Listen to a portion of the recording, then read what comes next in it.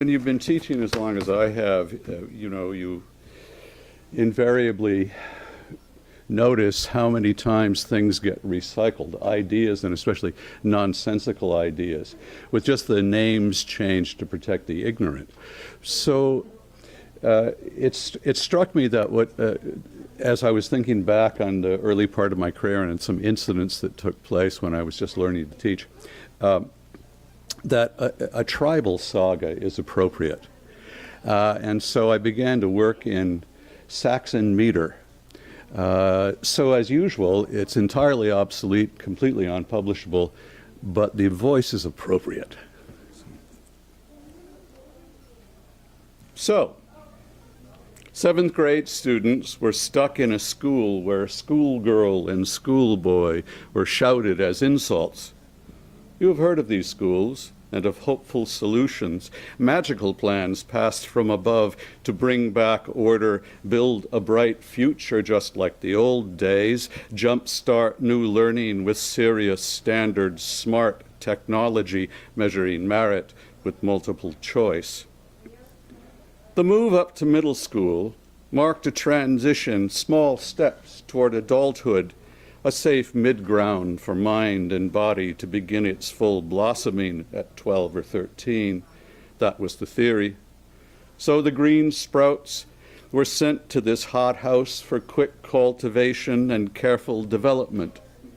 The main hall no longer held hallowed mementos, cabinets with trophies touting achievements. The price to guard them had proved too costly. Security forces funded by taxpayers to monitor trouble maintained the peace, equipped with sidearms strapped in their holsters, were never enough, nor ever could be. To cut down danger, the district decided to clear out all obstacles, keep the halls empty.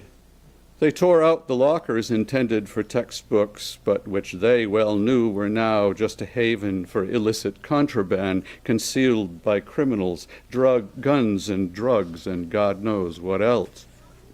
Before long, the students, bent under backpacks, left books at home to lighten the load. Many tried teaching, but stress transformed them. Some swore in Saxon, screamed foul words to encourage politeness.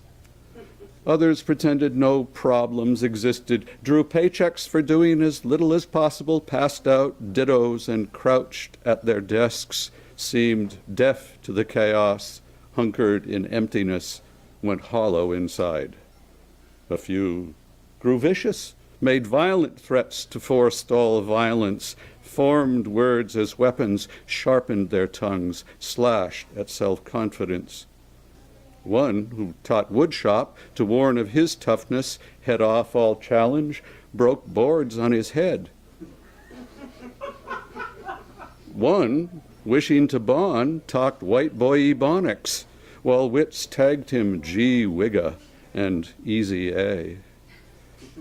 A music instructor, slight in her stature, feigned mad fits when faced with impertinence, snatched ball caps from heads and stomped on them, shrieking, "That woman crazy," said kids twice her size, as if her small fingers might snatch out an eyeball and squash it to gore on a sudden sick whim.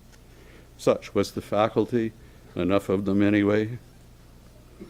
But now came a neophyte, a novice well-trained appearing before them, primed with pedagogy, worked out by scholars in scientific studies, driven by data to address the whole child, raise self-esteem, relate to the culture, empower the learners with inspiring lessons, manage disruption through positive discipline, individual attention, and an inviting atmosphere, reinforce good behavior, and extinguish the bad with mutual respect and calm resolve.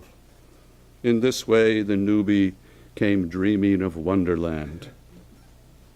He had thought himself cynical, scoffed at movies with good-hearted heroes who go to the ghetto to work their white magic, wake up young minds dulled by despair, desperate for nurture, for a strong leader's love on a liberal plantation. or so he considered these Hollywood classrooms.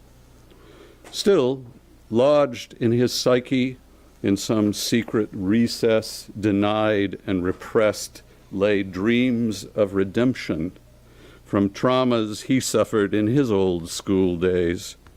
Therefore, besides the plans in his briefcase, he carried his pride and a need for their praise. That's part one. Wow.